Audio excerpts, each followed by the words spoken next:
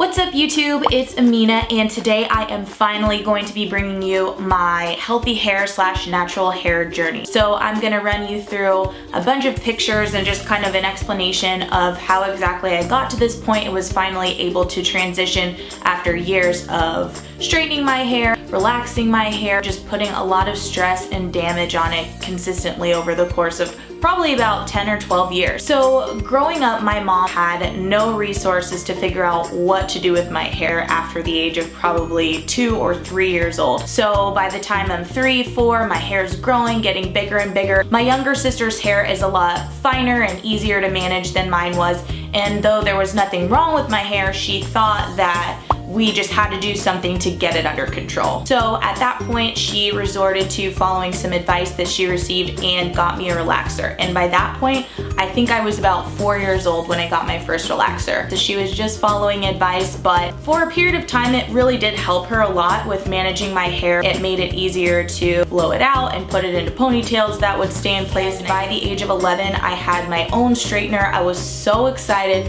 My hair was always pressed out, and I thought that I was fine. My hair was always a little bit longer, but it always stayed around this length straightened out. I think the longest that it ever got straightened after I was, in my teens was probably right here, but it just kept staying at the same length, and I'm like, why is my hair not growing?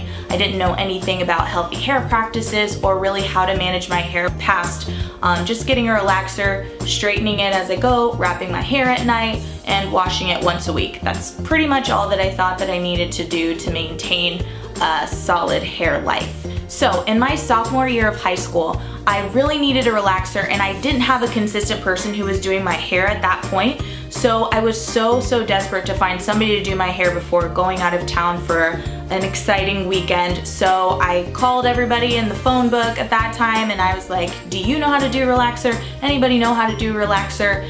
And this lady answers the phone and was like, oh yeah, I know how to do black hair. I do it all the time. So I trusted her, which I still regret to this day. That was like almost 10 years ago, and I'm still kicking myself for doing this. But she ended up applying the relaxer to my already relaxed hair and moved it all the way down on top of my new growth, but then all the way down and let it sit for a normal amount of time. I ended up cutting her short and was like, hey, we have to get this off of me. Like, I've been doing relaxers for years. I don't need this part. And she just explained that she knew what she was doing and this was a different type of product. And needless to say, the next morning I woke up and there was probably this much of my hair on the pillow. I was so mad, and I just had to go from there. So my hair had a lot of breakage. It was already just so damaged from putting heat on it. By the time I got to college, my hair had kind of repaired itself. I had found an amazing hairdresser. Shout out to Tiffany, who started doing my hair from probably end of sophomore year all the way up until I think I was a senior in college. I was making trips to my hometown, getting relaxers. She was hooking me up. She always had my hair laid. So at that point, I was just really happy with my straight hair, but it was always just maintaining that same length. I could not get past this point, and I was just really dying to get long hair. So my senior year, I was about to turn 21, and I just wanted to do something transformational. I had never put any kind of color in my hair, but I really wanted to get like a honey golden color. So I asked around, and my friends recommended somebody to me close to my college town who could color my hair, and she killed it. And I went into 21 years of age with, I felt like a new person. So I had the blonde hair, I was rocking it, it looked really healthy. She just did an amazing job, and I felt pretty comfortable with my hair at that point. It was at a length that I really liked. It seemed like that health was restored. Got it a little bit darker. A few months later, that rinsed out, so I got it darker again. Summer of 2014, I decided that I wanted to change it up a little bit and kind of go back to a dark color, but I wanted red undertone or kind of a burgundy hair color. And what that turned out to be was kind of a bright red color. It almost shocked me, but I ended up really liking it. It was fun. It was a cool summer look, so I decided that, you know, I'd rock that style till the end of the summer, and then I was gonna go back to dark. That's the summer of 2014 now. We went to San Diego for a work trip, and I was out there for a few weeks. So during that time, obviously, we're on the Pacific Ocean. I wanted to be at the beach every single day, and one day we decided to go snorkeling. I came back and my curls from the salt water were just revived, and I didn't even have any curls to revive, so I was really surprised when I saw this little tiny piece of hair hanging out of my ponytail, and it had a little curl on it, and I was like, I do have curly hair, don't I? Maybe, just maybe, while I'm out here for the next couple of weeks, let me just try to do natural. Like, let me see what that's about. I'm not gonna put any heat on my hair. I grabbed a couple products from the drugstore and attempted my first twist out probably ever. When I did that, oh my gosh, it turned out horribly, and I'm so glad that I took pictures of that because I started to document what I thought could be the beginning of my natural hair journey. So I was pretty excited. I'm like, okay, yeah, I'm gonna do this. Hopefully one day this is gonna turn out better than this. This looks like garbage. I just continued to try out a couple different things. Obviously, I was all up on YouTube. Eventually, I discovered Bantu knots. I watched Alyssa Forever's really popular Bantu knot video and decided that that was probably the best look for me at that point in time while my hair was pretty much completely heat damaged. So it did a really great job at stretching my hair out and just giving it a nice wave without having to use any heat at all. So when I came back from San Diego, I was super excited. I'm just like going all in. I got some hair products, and I think that's when I finally picked up the curl enhancing smoothie from Shea Moisture. So I was all about that, just moisturizing my hair. And honestly, within the first month, I noticed that my hair was growing. It looked healthier. It was really shiny when I was doing the Bantu knots.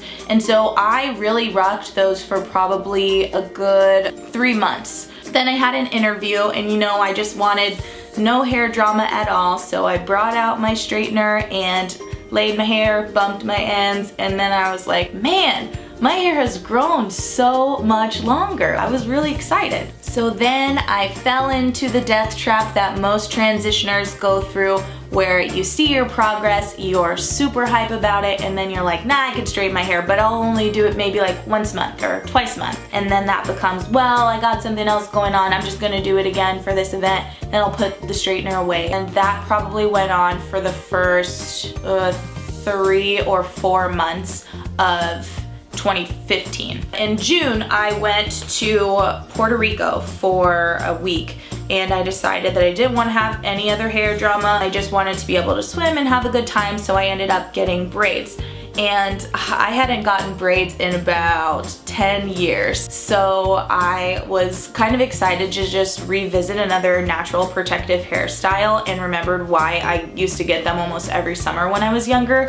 So once I took those out, of course, when you take your braids out, you've got your curly, like you have that wavy look. So I was just really enthusiastic about these waves that I saw, and I was like, okay, this is it. No more heat. We're just going straight up natural, and we're gonna see how long we can keep the ball rolling, but I want all of my hair to look like this. I wanna see what my curls are about, so I'm just gonna go for it. Yeah, my first style that I did was with flexi rods. So I tried to do a twist out. Anybody who has heat damage, the majority of their heat damage is right up in here. So when I took out the twist, I was like, nope, we gotta find something else to do. Brought out that curl enhancing smoothie and some hair gel, and I ended up just doing flexi rods all across this top portion of my hair, and it ended up looking really, really good. I was super excited and didn't know why I never used them. So for the remaining 3 or 4 months,